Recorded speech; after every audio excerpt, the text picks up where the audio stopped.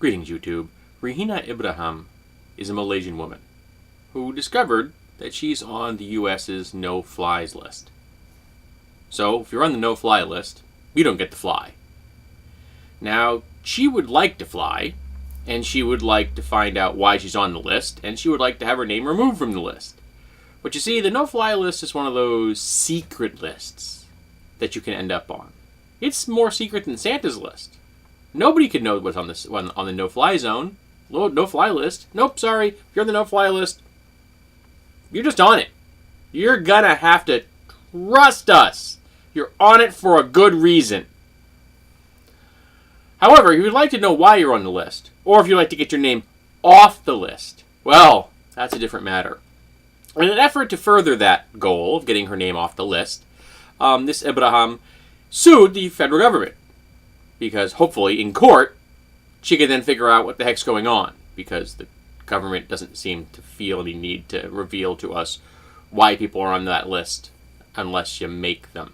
And even then, it's really hard to make them because, and here is the truly Orwellian, Kafkaesquian aspect of this. Because she's on the no-fly list, and she lives in Malaysia, she isn't allowed to go to the United States to testify in the case. Fortunately, she was able to testify via video. At least the United States government hasn't figured out how to stop her from doing that. I'm sure that they're working on that now. Probably something to do with the NSA. But this is just astounding.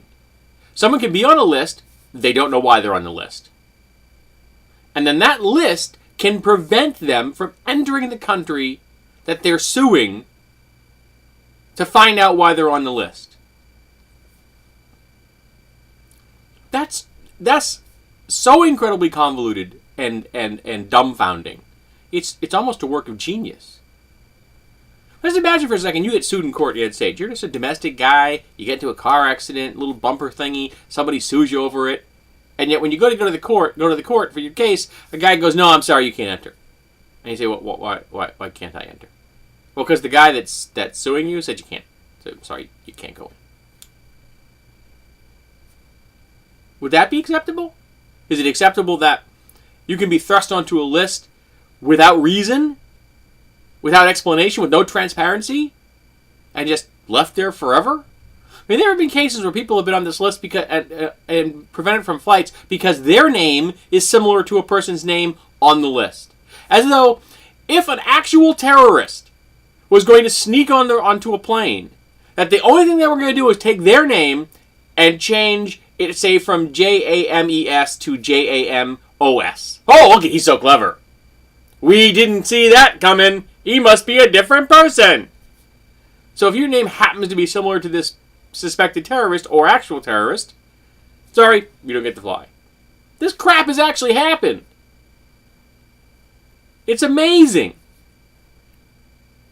Now, I believe we should actually have a no-fly list. Now, if you are a convicted terrorist, either of an actual event or attempted terrorist act, you should be on the no-fly list. Okay?